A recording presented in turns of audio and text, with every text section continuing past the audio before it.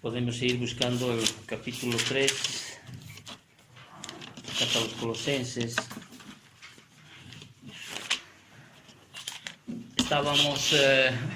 Hoy entramos al versículo 12 y vamos a tratar de abarcar, aunque sé que voy a abarcar porque no lo voy a hacer muy largo el día de hoy. Y vamos a terminar en el versículo 17. Esta sección ya viene a ser esa sección donde Pablo en el versículo 12, si tú ves en tu Biblia, Pablo ya nos señala cuáles son, cómo los creyentes ya debemos vestirnos. Y del versículo 17, del 12 al 17, ahí va a describir lo que Dios espera del creyente como respuesta a lo que Dios ha hecho por el creyente. Vale decir, desde las anteriores clases que hemos estado estudiando la carta a los Colosenses, estamos viendo 6 acciones que nos permiten vestir el estilo de vida del nuevo hombre. 6 acciones que nos permiten vestir el estilo de vida del nuevo hombre. Amén. Las 3 primeras son todo aquello que Dios ha hecho por nosotros, una nueva posición en Cristo, ¿sí? Habíamos hablado ya de la posición del nuevo hombre, ¿sí? Una nueva posición que Dios nos ha dado. Habíamos hablado del progreso del nuevo hombre. Hemos nacido de nuevo, ¿para qué?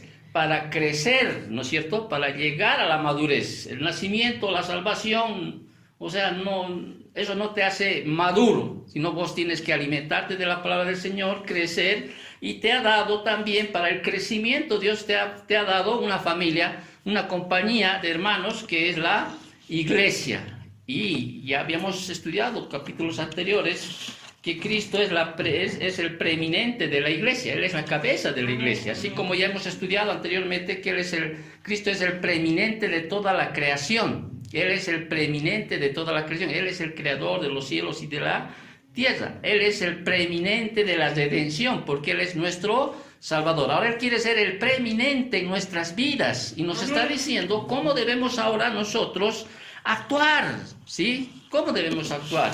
Y habíamos empezado el capítulo 3, ¿no es cierto? Versículos del 1 al 4, dice, donde si habéis resucitado con Cristo, si realmente has resucitado con Cristo, o sea, eres parte de la familia, eres un escogido de Dios, eres creyente, entonces nuestra mirada debe estar ¿dónde?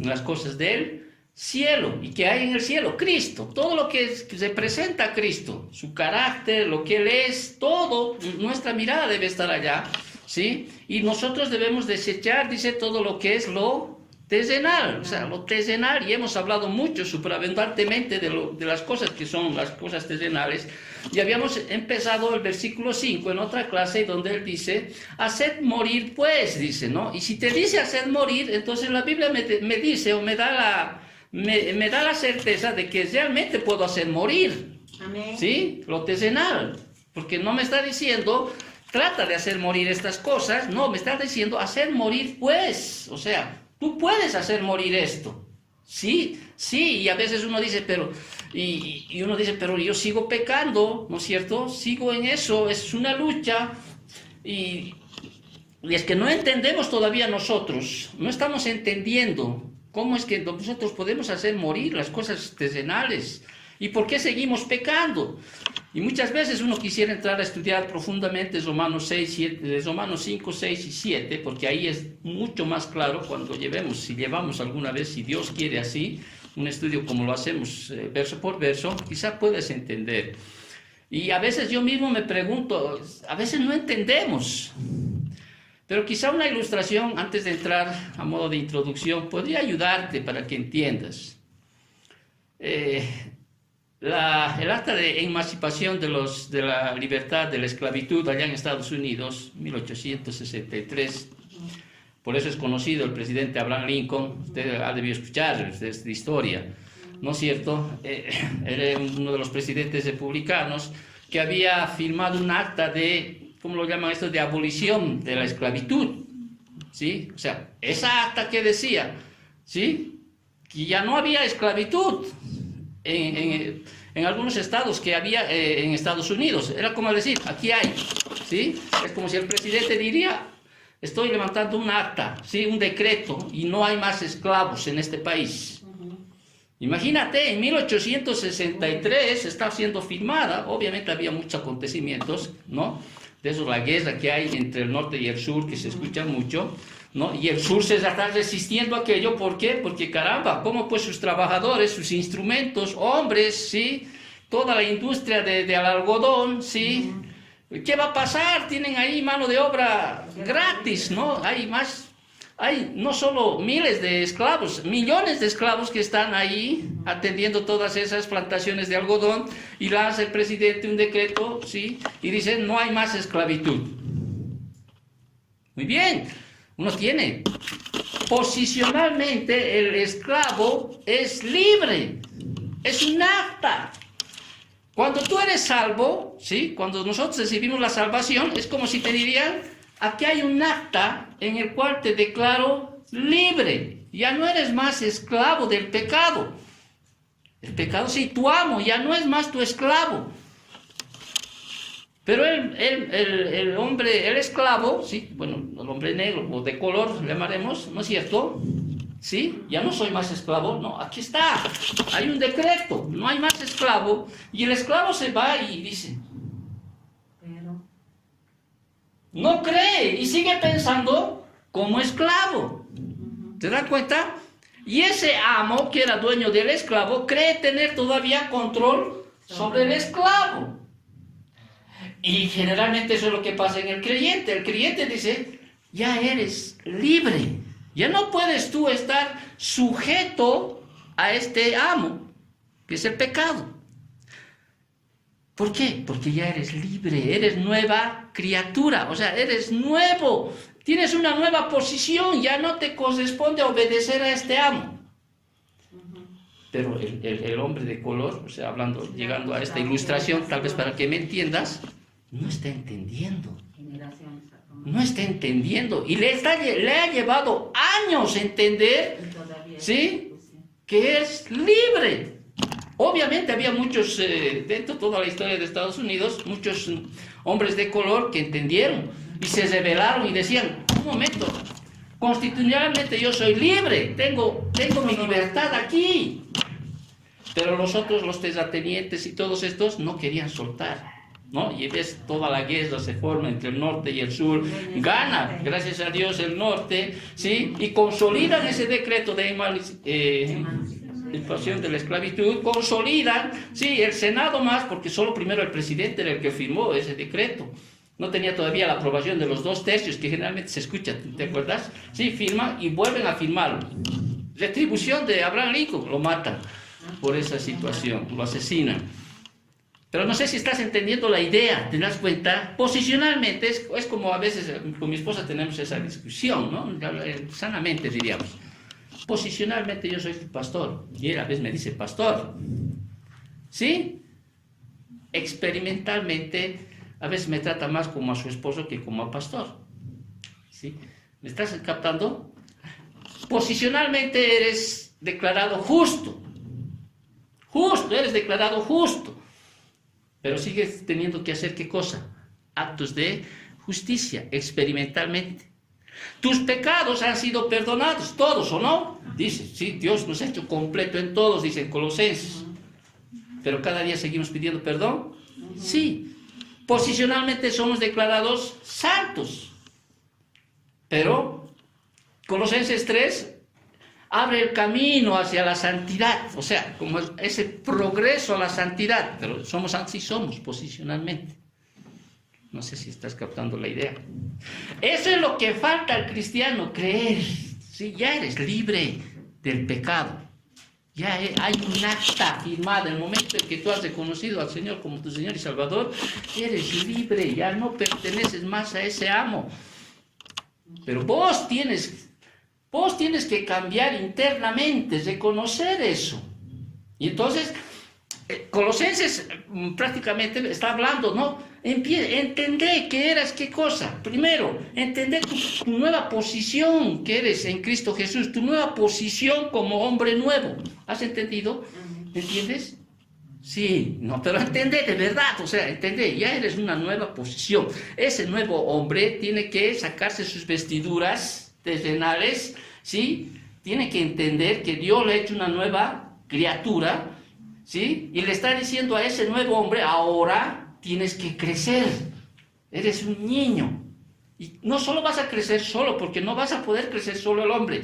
Así que se van a reunir y les voy a dar una familia aquí, una iglesia aquí, una compañía de hermanos. Si tú reconoces esas tres cosas, ahora el Señor le está diciendo, ahora, en función a lo que te he hecho, estoy parafraseando, usando palabras para que entiendas, por favor, ¿sí? Quizá otro pastor me criticaría, no, no lo entiendo yo, pero creo que ustedes me entienden lo que estoy queriendo decirles. En función de eso, ¿qué es lo que Dios espera de nosotros? En función de aquello. Y entramos a lo que ahora, ¿qué es lo que Dios quiere que nosotros realmente hagamos? Versículo 12. ¿Qué dice? Vestíos pues entonces, ya. Ahora, eso es lo que Dios espera de nosotros. ¿Sí? En base a nuestra nueva posición como nuevo hombre. Amén. Eso es lo que quiere. Vestíos pues entonces, dice, ya. Entonces el Señor aquí me dice, ¿sí? Que yo debo vestirme, ¿sí? Y ahí a continuación se da toda podemos decir, una lista de virtudes, ¿sí? Que prácticamente son conocidas ya por todos ustedes, porque habla mucho también del fruto del Espíritu Santo, algunas palabras que ya conocemos, y Pablo está acá mostrándoles a los colosenses que esa identidad justa debe dar como resultado un comportamiento justo. Entonces, cuando dice Pablo aquí en el versículo 12, vestíos, vuelvo a repetir, pues, ¿qué hace? Está haciendo alusión a lo que antes el Señor te dijo, ¿sí? Tienes una nueva posición en Cristo, tienes que crecer, tienes que madurar, tienes que desarrollarte como cristiano. Te voy a dar una iglesia parafraseando, vuelvo a decir, una iglesia donde el cual tú vas a desarrollar. Esa es tu nueva identidad en Cristo. Es tu nueva identidad. Y en esa nueva identidad ahora, como cristiano que soy, pues mi mirada tiene que estar en las cosas de arriba. Tengo que despojarme de las cosas de ira, maledicencia, malos deseos, etcétera, ¿no? Incluso habla dentro del contexto de Colosenses de todo lo que es misticismo, asceticismo, legalismo, filosofías. Tengo que deshacerme de eso. Y ahora mi vida es, ¿qué cosa? Revestirme del nuevo hombre. Amén. Revestirme. Ese debería ser el enfoque de la vida del nuevo creyente.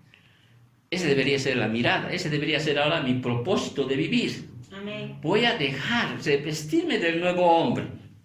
Entonces, ¿por qué? Versículo 12, vuelvo a leer, vestíos pues, ¿como qué dice? Como escogidos de Dios. Entonces, yo debo vestirme como nuevo, ¿por qué? Porque soy un escogido. Amén. Uno que no ha sido escogido por Dios, pues no le sirve de nada. ¿Sí? Aquí está diciendo a los escogidos, y hay versículos, muchos versículos en la Biblia, cómo es que el Señor nos llama a nosotros que somos, ¿qué cosas? Escogidos de Dios. En Efesios incluso nos dice que somos el poema de Dios, o sea, prácticamente somos un pueblo, somos un grupo de creyentes que somos escogidos por Dios. ¿Cuándo nos escogió Dios? Antes de la fundación del mundo, dice, ¿no es cierto, Efesios? Ya Él nos escogió. Él ya nos escogió, y ahí viene la doctrina de la predestinación y todo aquello que tuviéramos que hablar también en algún momento, aunque ya saben prácticamente, porque alguna vez he hablado aquello, pero entendemos, vestíos pues como ¿qué? Como escogidos de Dios. ¿Eres cristiano? Sí, eres un escogido de Dios. Te corresponde vestirte pues como aquel que te ha adoptado. Así es. ¿Sí? No te vas a vestir con los mismos trapos como el esclavo quería seguir, no. Obviamente para el esclavo quizá que fue declarado libre ha de ser difícil vestirse, ¿no? Como un hombre libre, que debe ser difícil.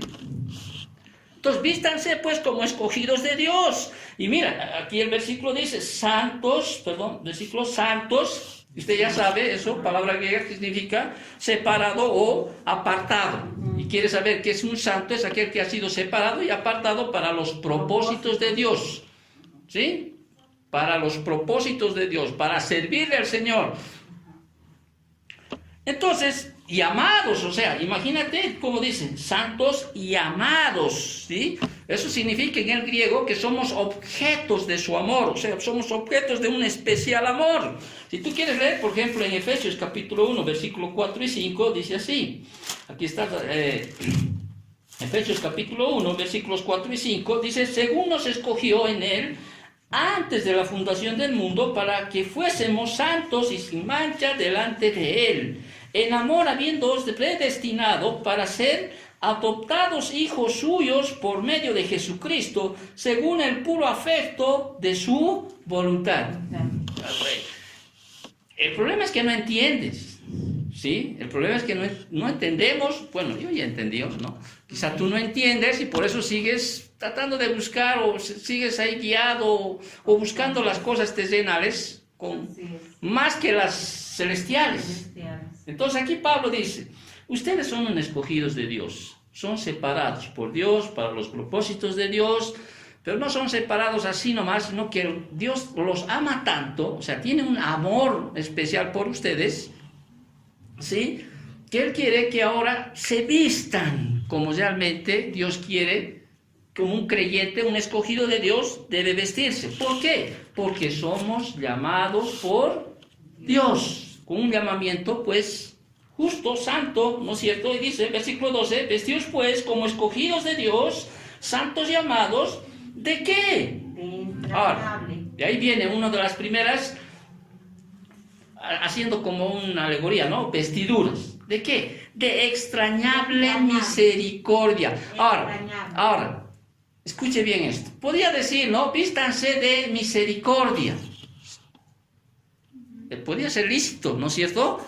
Pero aquí añade una palabra, es de extrañable. Y esta palabra griega, o sea, es como una palabra más conocida, una hebrea, que involucra más lo interior del hombre. Más o menos se refería a los intestinos, al corazón, al pulmón, a todo lo que hay. Y está diciendo que realmente uno debe vestirse que esa misericordia que le va a presentar realmente sea genuina, que nazca, que salga de lo profundo del corazón. Por eso está diciendo entrañable. Porque uno puede ser misericordioso de boca para afuera. Uno puede ser benigno de boca para afuera, ¿me entiendes?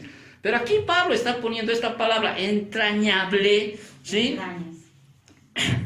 Entrañable, ¿sí? Que es un modismo, vuelvo a decir, hebraico, que denota que debe salir de lo más profundo del corazón. ¿Qué cosa?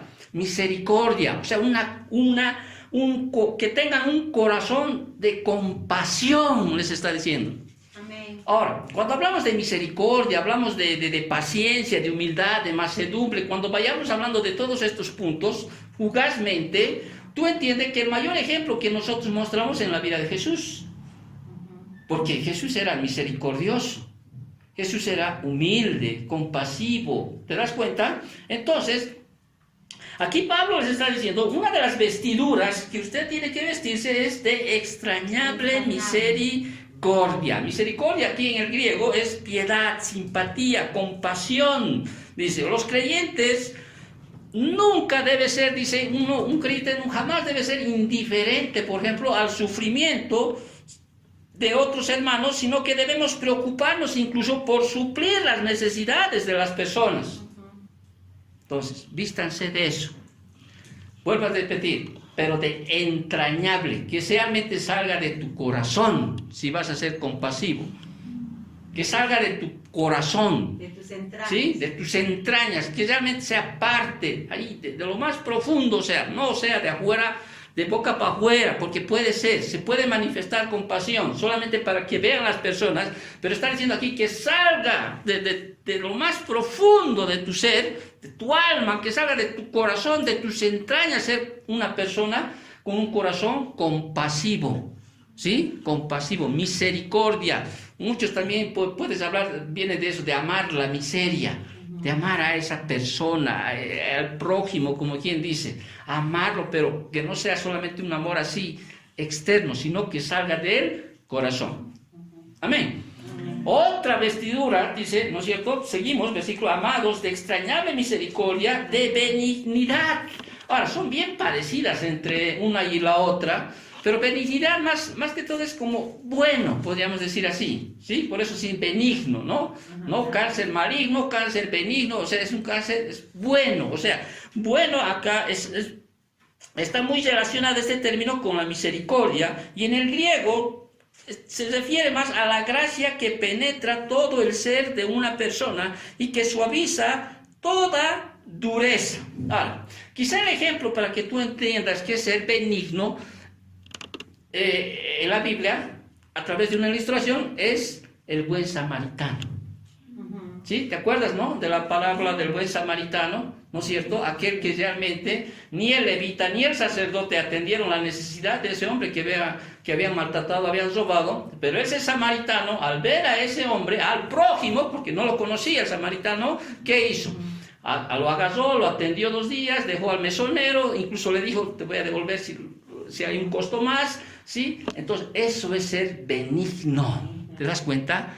Eso es ser benigno. La misericordia y la benignidad son muy parecidos. Tuvo compasión, pero no solo tuvo compasión, sino que fue bueno con este hombre.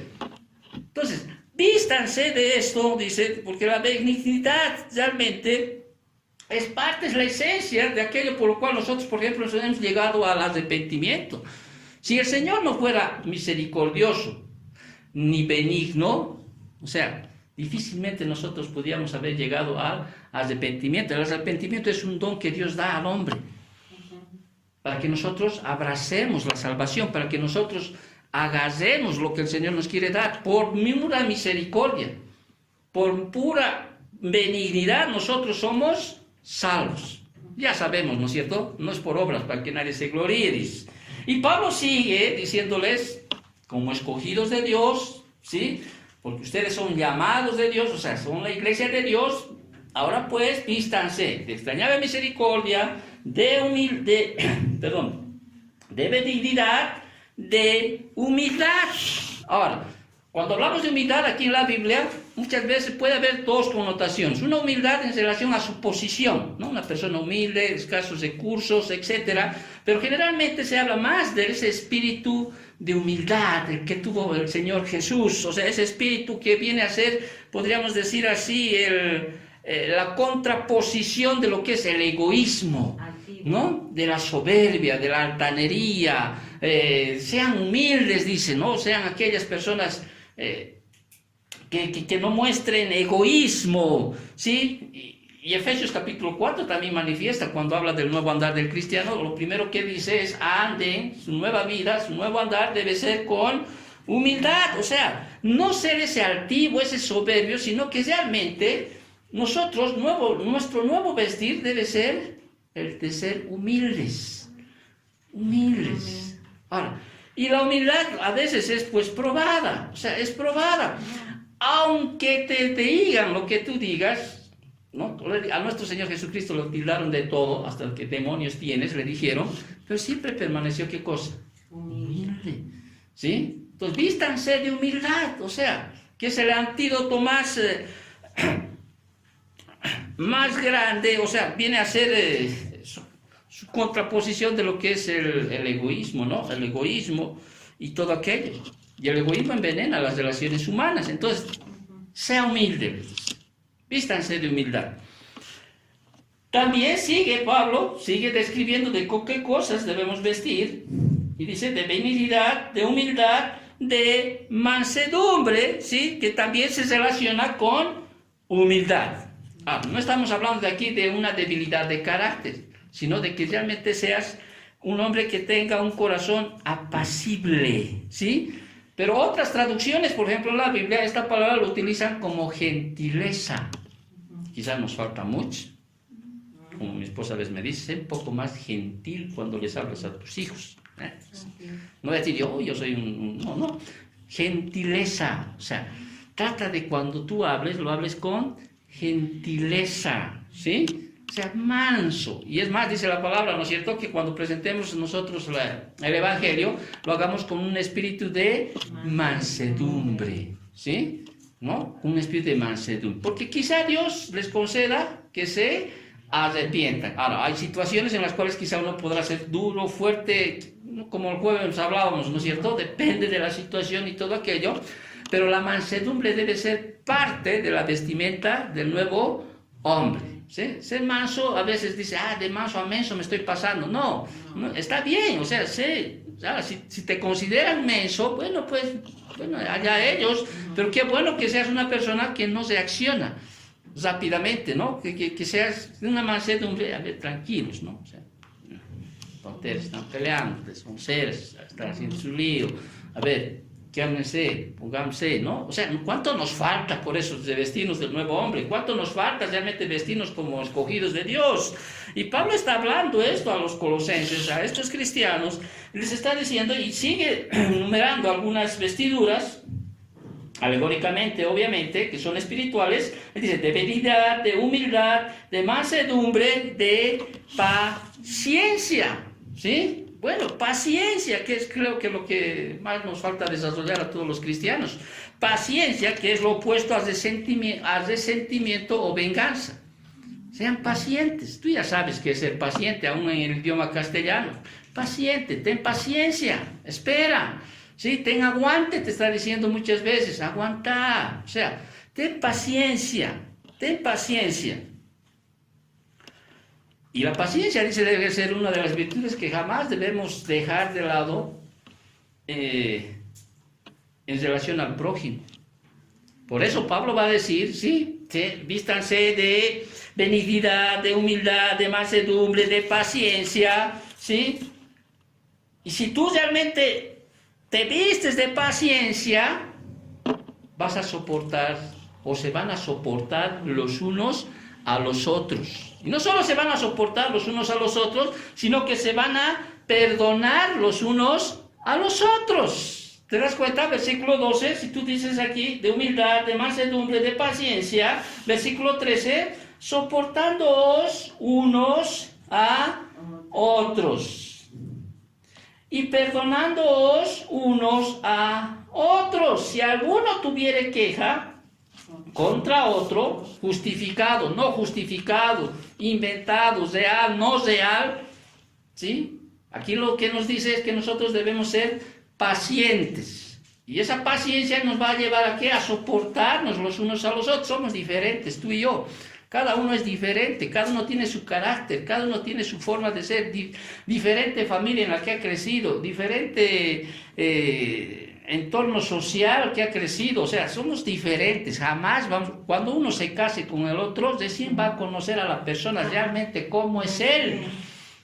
¿Por qué? Porque somos diferentes. En el noviazgo nos conocemos, sí, pero es superficial, es muy superficial, porque ahí cuando vayas en el matrimonio, recién vas a hacer, pues, vas a mostrar tu verdadera cara, como decimos. Ahí recién vas, porque en el enamoramiento, como dicen, ¿no? Enamoramiento, todo es mentira, o sea, todo es me gusta, te gusta, me gusta, no es así, o sea, la vida del matrimonio es así, ¿me entiendes? Entonces debe haber paciencia, y hay cuánta paciencia para soportar, ¿sí? Y perdonarse, pero hasta ahora muchas veces no se logra hacer aquello.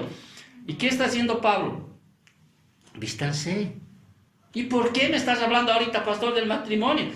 Porque más adelante el hombre nuevo edifica su nuevo hogar, va a decir más adelante, cuando llegamos al versículo 18. Mientras tanto, es pues peligroso. Si tú no tienes por lo menos algo de estas virtudes espirituales, algo de estas características, ¿sí? Si no tienes forjado en tu vida, o sea, va a ser pues bien complicada la situación. Entonces, Pablo está diciendo, vístanse, ¿no es cierto?, de paciencia, soportando unos a otros, perdonando unos a otros. Si alguno tuviera queja contra otro, que puede haber, ¿no es cierto?, de la manera que Cristo os perdonó, así también hacedlo vosotros. Pablo está dando ese ejemplo del cual Cristo es para nosotros. O sea, Cristo no solo nos ha perdonado para poder tener la redención y todo aquello. Cada día Dios nos perdona. Cada día es Dios misericordioso con nosotros. Y nos perdona de cosas a veces graves. ¿No es cierto? Y Pablo está dando esa ilustración, le está diciendo, mira, así como Cristo, que es el modelo de perdón, de la misma manera perdonar. Pero es que no, yo tengo razón. No, aquí no está hablando de razones, no está hablando de si tienes la razón o no tienes la razón. Aprende a perdonar, aprende a soportar. Sopórtense los unos a los otros. ¿Estás captando la idea? Sí, la nueva vestidura del escogido del Señor. Sí, sopórtense, apréndanse a soportar, apréndanse a perdonarse.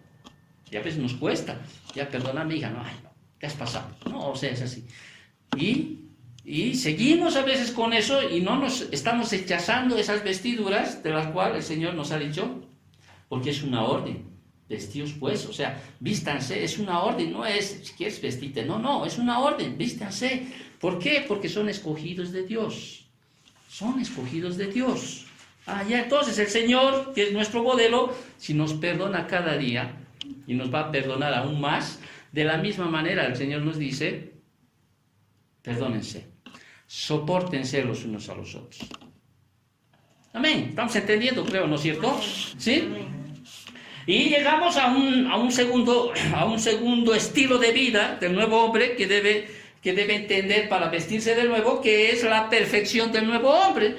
Ya, muy bien, hay virtudes ahí, ¿no? De misericordia, de humildad, de compasión, de benignidad, de paciencia, de soportando unos a otros, perdonándose unos a otros, pero ahí viene la perfección del nuevo hombre. O sea, uno puede perdonar, uno puede soportar, uno puede tener misericordia, uno puede ser paciente, uno puede ser humilde, ¿sí? Pero si no hay amor, eso se llama legalismo.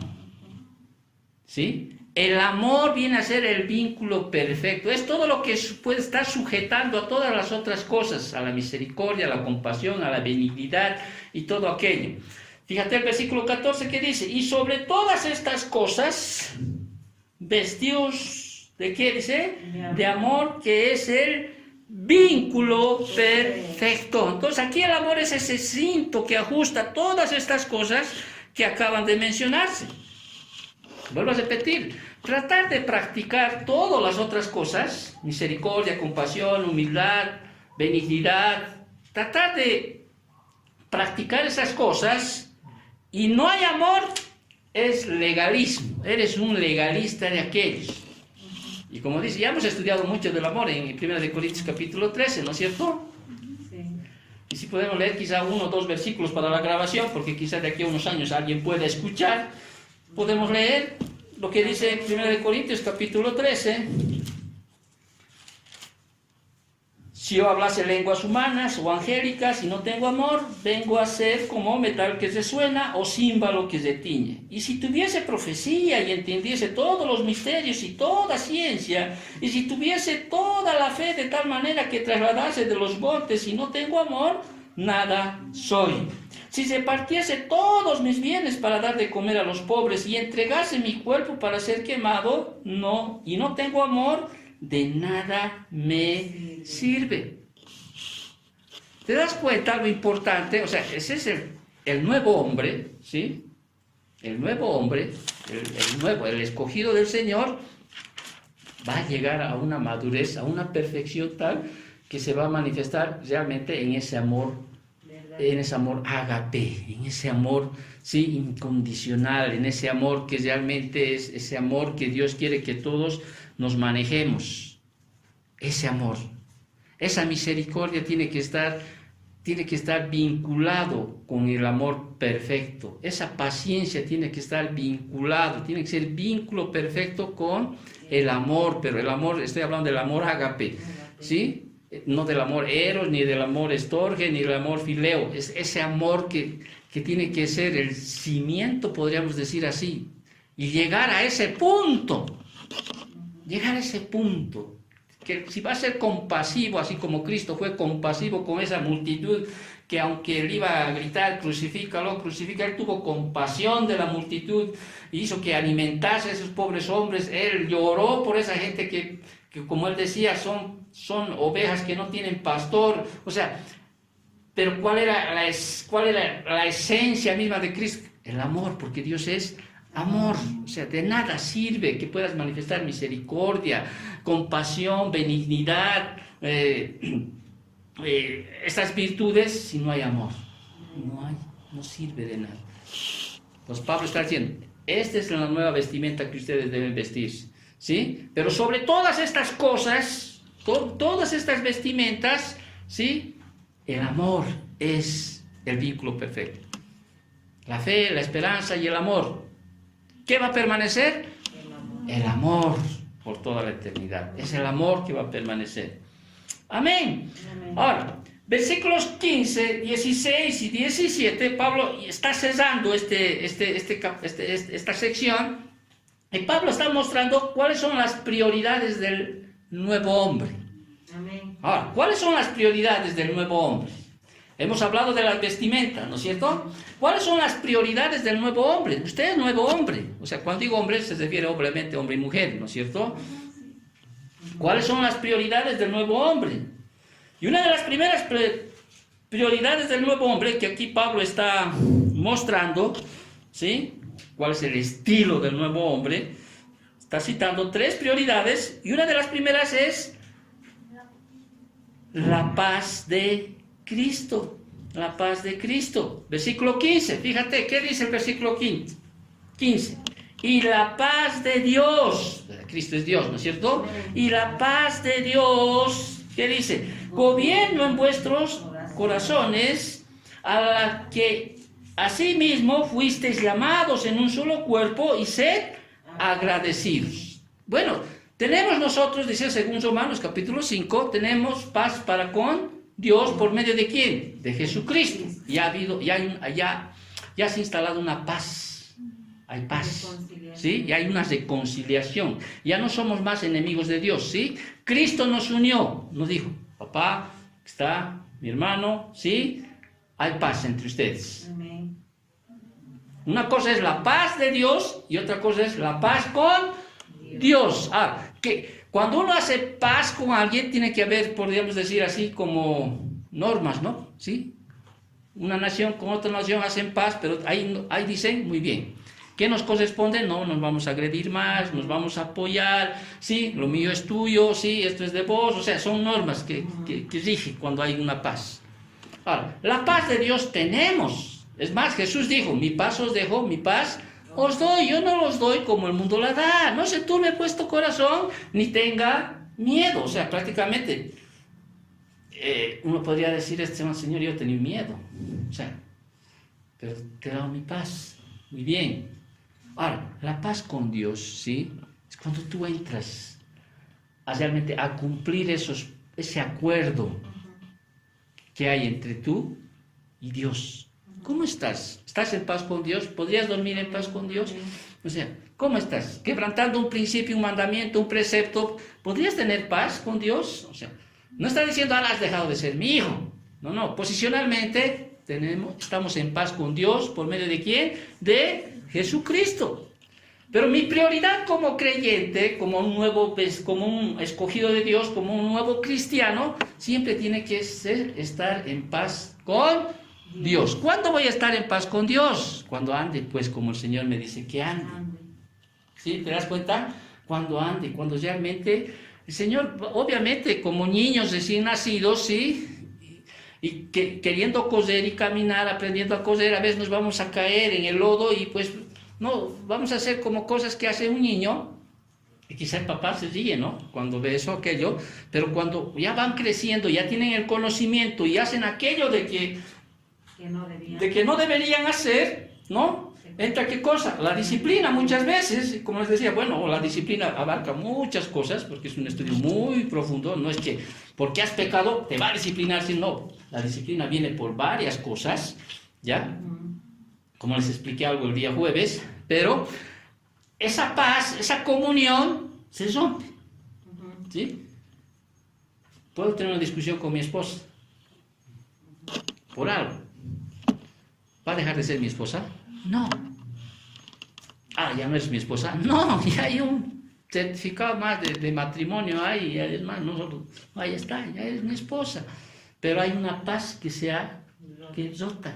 ¿sí? O sea, una comunión que sea rota. Como prioridad, como nuevo hombre, tengo que mantener la paz con Dios. Tengo ya la paz de Dios, pero tengo que mantener la paz de Dios. Por eso, Dios, ahora, esa paz viene de Dios. Esa paz viene de Dios. ¿Está entendiendo? Esa es una de las primeras prioridades del nuevo hombre. Las prioridades. La paz con Dios. Muy bien, espero que estés entendiendo. Ya, entonces, versículo 15, y la paz de Dios gobierne vuestros corazones. Quisiera un poquito hablar de esta palabra gobierne. Esta palabra gobierne es una palabra griega que más o menos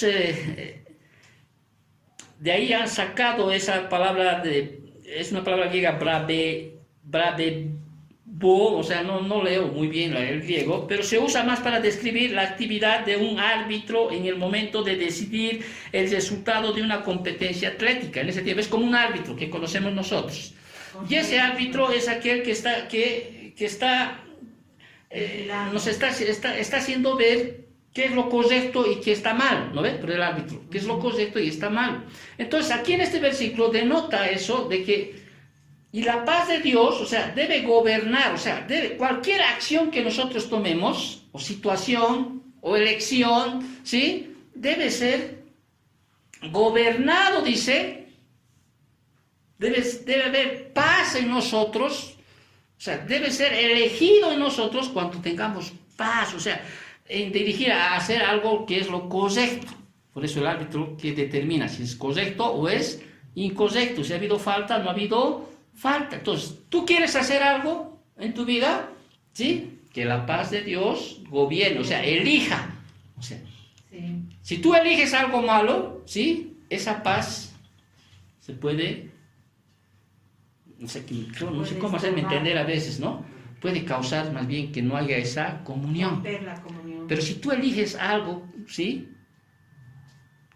Eliges algo, entonces esa elección tiene que traer paz con Dios, porque has elegido bien, ¿ok? Conforme desde adentro has elegido bien. Eso es lo que está queriendo decir. A la que asimismo fuisteis llamados en un solo cuerpo, ¿no? Y obviamente siempre tiene que salir aquí el agradecimiento. El agradecimiento, para poder guardar el corazón en paz, es necesario ser agradecido. Es necesario ser agradecido. Si eres una persona agradecida, siempre vas a estar en paz con Dios. ¿Te falta? Sí, y dice, Señor, gracias. ¿Sí? ¿Tú sabes por qué? Automáticamente ahí está la paz de Dios. Es como Pablo, ¿no? He aprendido en abundancia y en necesidad. O sea, paz. Pablo tenía paz con Dios. Él sabía que todo lo que le estaba pasando o todo lo que le pasaba había un propósito en Dios. Y Dios es el que determinaba esa situación. Entonces, si tú eres agradecido en todo, aún en tiempos como hemos pasado, por ejemplo, esta semana estamos pasando, ¿no? Va a haber paz. Paz. Porque tú vas a entender que todo lo que tienes, pues viene de Dios. Todo lo que viene de Dios, y va a haber paz. Una de las características del inconverso, si uno quiere saber si es cristiano o no es cristiano, es el malagradecido. ¿Sí? Cuando uno habla Colosenses, en Colosenses habla mucho del agradecimiento, ¿sí? Sean agradecidos, agradecidos, agradecidos. Romanos capítulo 1, la evidencia más clara que muestra de aquel que no es creyente es ser un malagradecido. Por eso dice, habiendo conocido a Dios, no le dieron gracias, sino que se envanecieron en sus propios razonamientos, etc. ¿Me entiendes? O sea, el ser agradecido es parte, es una virtud, es una característica de un verdadero creyente.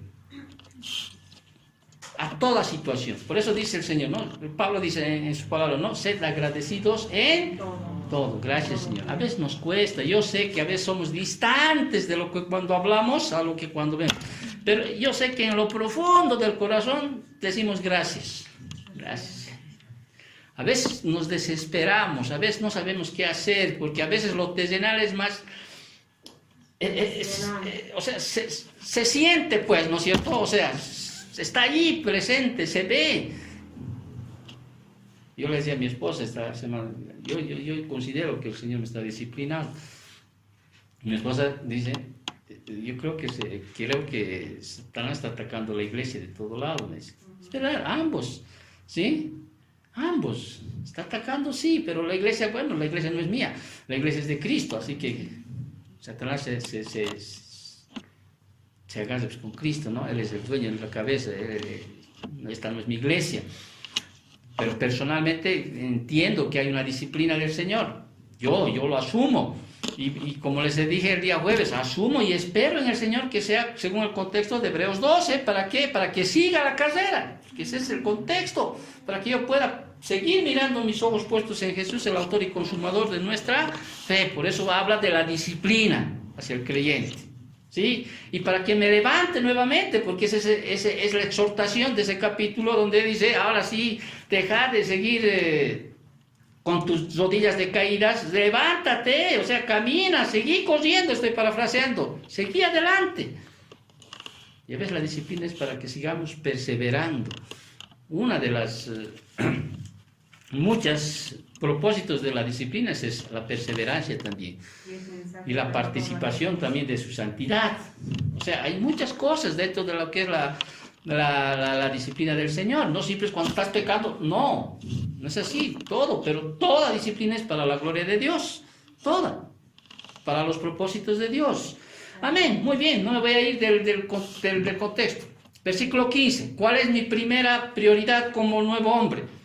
La paz con Dios. La paz de Dios, la paz de Cristo, ¿sí? Estoy con paz, quiero dormir en paz, quiero dormir con mi conciencia limpia al final de la jornada. ¿Le voy a fallar? Sí, pero voy a hacer lo imposible para no fallarle al Señor. Y un segundo propósito que Pablo está mostrando, está en el versículo 16, es la palabra de Cristo. Dice, la palabra de Cristo more, ¿sí?, en abundancia en vosotros. Muy bien, ¿qué es la palabra de Cristo? Bueno, pues la palabra, las Escrituras, la Biblia, ¿sí? Esa es la palabra de Cristo. More, dice, en abundancia. En abundancia implica, hermanos, vuelvo a repetir, cuando dice abundancia, es como cuando comes, pues, come. No, come. Abundancia habla de realmente, todo es pues comer para ti. Comer.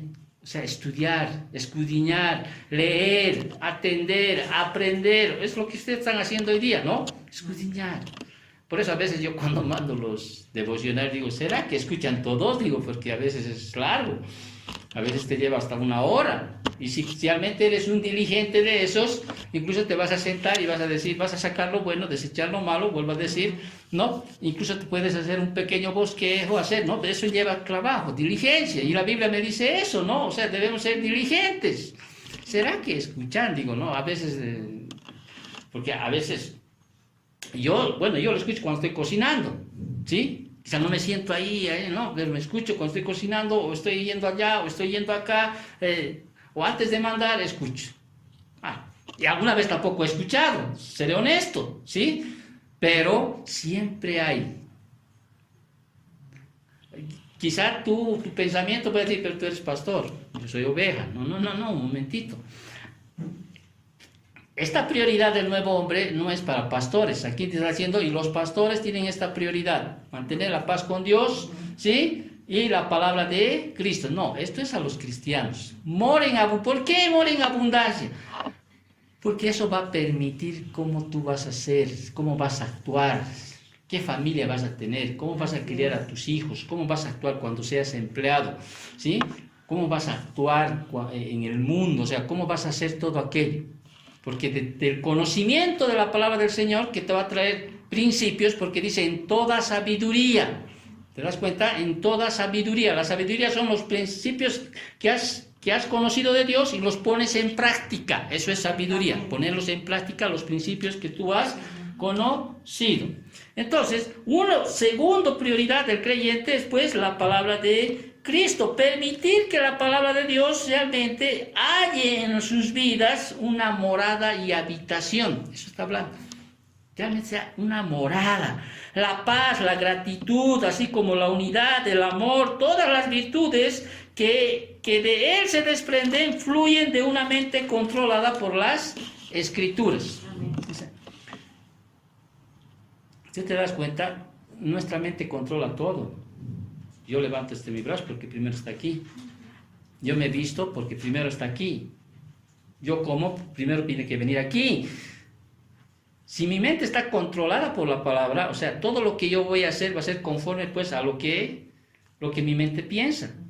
¿Te das cuenta o no? Amén. Entonces, por eso dice, no, cuidado con lo que pienses, ¿no? Cuidado con lo que pienses, porque se puede transformar en palabras, ¿no? Cuidado con tus palabras, que se pueden transformar en acciones. Cuidado con tus acciones, que se pueden transformar en tu estilo de vida. Pero el Señor dice que debemos tener la mente de Cristo, ¿sí? Efesios 4:8, en estas cosas deben pensar en todo lo que es bueno, verdadero, puro, agradable, santo, de extrañable miseria, etc. ¿Sí? ¿Por qué? Porque todo lo que nosotros tengamos acá, ¿sí? Se tiene que traducir en todo lo que vamos a hacer. Si usted hace caso, o sea, usted no lo ve muy práctico aquello, estás mal. Estás mal. Uno podría decir, ¿y cómo mora la palabra en nosotros? ¿Cómo mora? O sea, ¿cómo hace su habitación? Cuando dice mora, es que sea parte de tu casa, de tu habitación. Cuando escuchamos, por ejemplo, estamos diciendo que la palabra mora en nosotros. Solo cuando escuchamos estás permitiendo que la palabra more en vosotros. Mateo 13:9. Cuando lo usamos, estás permitiendo que la palabra mora en vosotros. Cuando guardas la palabra, Salmo 119:11, ¿no es cierto? He guardado en mi corazón tus dichos para no pecar contra ti. Estás guardando la palabra. Cuando te aferras a ello, Filipenses 2:16, la palabra está morando en vosotros. Muy bien, entonces, para lograr que es necesario que el cristiano, entonces, para que la palabra more en mí, usted no va a dormir con la Biblia, ahí, voy a poner ahí, por ósmosis va a salir todo eso. No es así. ¿Quieres que la palabra more en tu corazón, en tu vida, en tu mente? Ahí. Diligencia. Procura con diligencia presentarte ante Dios aprobado. Estudia. ¿Sí? Estudie. ¿Y te has dado cuenta que es importante tener un maestro? Amén. ¿Te has dado cuenta cuán importante es venir a una iglesia, a una congregación donde te puedan enseñar así? Es importante. Por eso mismo estableció el Señor maestros, apóstoles en su tiempo, no profetas, evangelistas, etc. Porque necesitamos realmente entender cómo realmente es, o sea, la veracidad de la palabra del Señor. Mi prioridad número 1, estar en paz con Dios. Mi prioridad número 2, la palabra de Cristo. More en abundancia.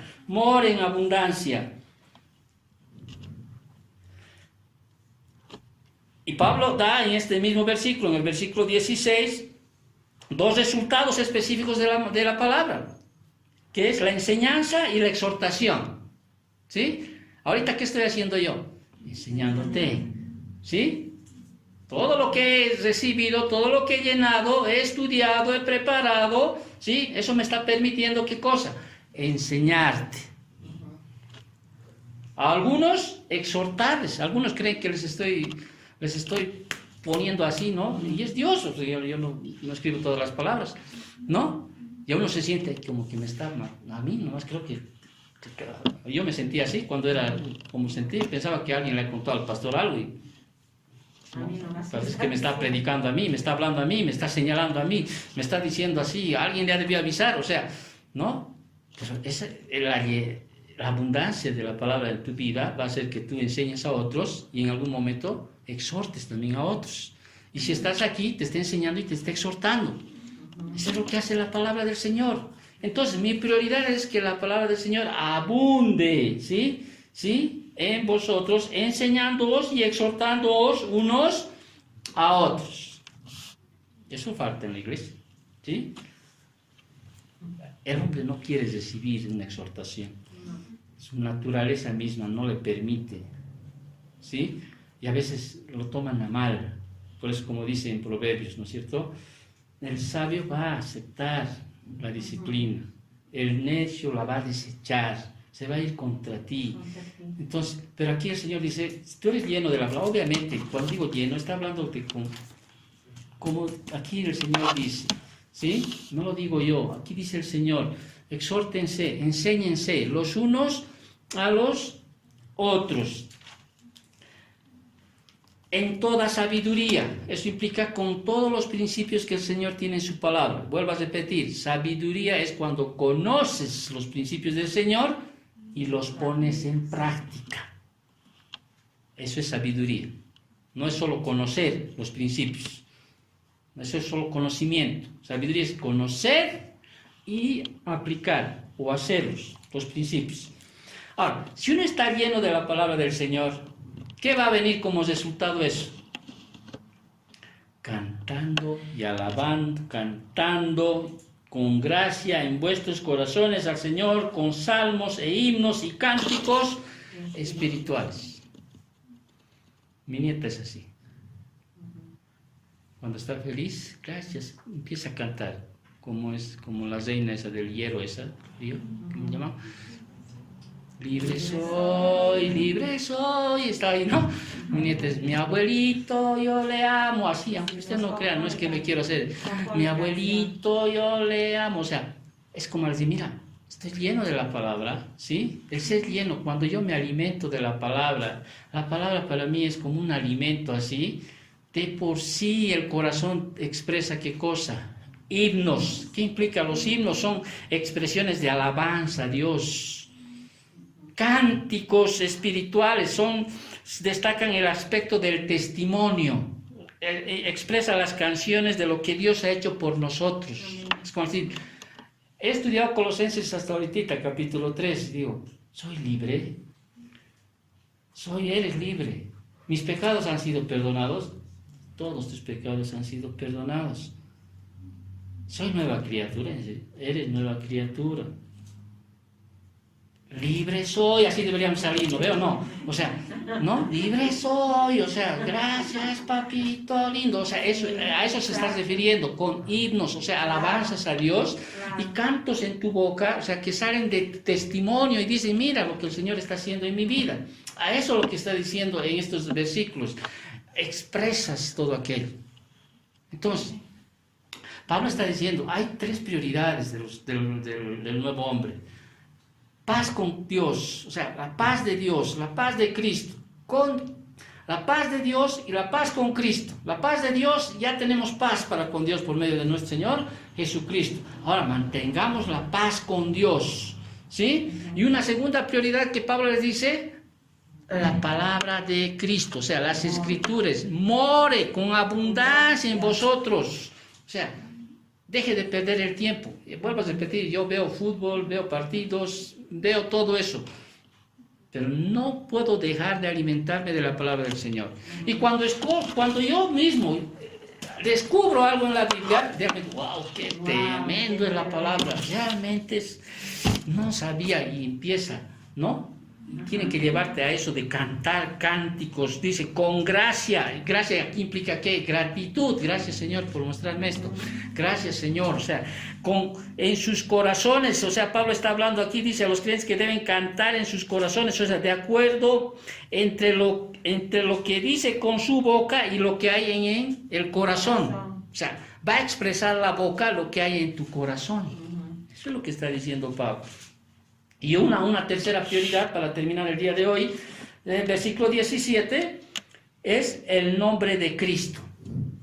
Y todo lo que hacéis, dice, así que dice, todo lo que hacéis, todo, sea de palabra o de hecho, hacedlo todo en el nombre del Señor Jesús, dando gracias a Dios Padre por medio de Él. Este es el método más práctico y simple de vivir una vida cristiana. Hacerlo todo ¿en qué? En nombre de nuestro Señor Jesucristo. Todo lo que hagas, como dice también 1 Corintios 10:31, ¿no? Hacer todo en el nombre de Jesús significa actuar de manera consecuente con su carácter y su voluntad. Eso es hacerlo todo en el nombre, de acuerdo con su carácter y la voluntad que Dios tiene para tu vida. Entonces, todo lo que hagáis, todo lo que haces, hacerlo todo para la gloria de Dios, en el nombre del Señor Jesucristo. Todo lo que usted hace, barre, trapea, da, ofrenda, hace todo, hacerlo en el nombre del Señor. Esas deben ser las prioridades del creyente, según Colosenses capítulo 3, versículos del 15 al 17, porque hay otras prioridades que nos muestran en otras cartas. Pero en estas cartas dice, el nuevo hombre, ¿sí? Prioridad número 1, la paz de Cristo. Prioridad número 2, la palabra de Cristo. Prioridad número 3, ¿cuál era la 3? Nombre de Cristo. ¿Sí? Entonces, eso te va a llevar a una meta que es ser semejante a Cristo. Amén. Ya, supongamos que, termino con esto, supongamos que hemos luchado. Y esto no es que primero esto, segundo esto, y hasta aquí recién puedes tomar esto. Esto del vestir es hasta que nos vayamos. ¿Sí? Hasta que nos vayamos. Pero tenemos que hacerlo. Si usted como hombre, como varón, a los 3 varones que están aquí, varón, ya tengo madurez espiritual. Bueno, si es que lo tienes. La madurez espiritual implica hasta donde Dios te ha puesto, ¿sí? Eres maduro conforme al tiempo, a lo que has ejercido los principios del Señor, pues no se considera. Cada uno considérese a sí mismo. ¿Estamos? ¿Sí? Madurez física ya la tienen los 3 varones, por ejemplo. Mujeres también, creo, ya. Si estabas en los tiempos de los tiempos judíos, ya estás pasada, el tren ya te dejó, en otras palabras. ¿Sí? ¿No? Ya tienen madurez física. Ya son mujercitas, ya no son niñas ustedes. Antes les veía jovencitas, ¿no? No, ahora ya son mujeres, prácticamente ya son mujeres. Aunque no algunas con cara de niñas, ¿no? Pero ya son mujeres, ¿sí? Los varones, madurez física ya tienen. Madurez económica, eso depende. No sé cómo será su madurez, realmente. ¿Estarán preparados para asumir una responsabilidad? Lo veremos. Madurez espiritual. ¿Te has revestido del nuevo hombre? ¿Sí? ¿Por qué? Porque ahora Pablo, el siguiente tema, que es el día domingo, si Dios quiere, ¿no? El nuevo hombre edifica su nuevo hogar. ¿Cómo vas a edificar tu nuevo hogar? Si tu prioridad número 1 no la estás haciendo. Si tu prioridad número 2 tampoco lo estás haciendo. O quizá lo estás haciendo, pero así. Y tu prioridad 3 menos. ¿Cómo puedes edificar una casa? Y Pablo entonces va a hablar ahora, ¿sí?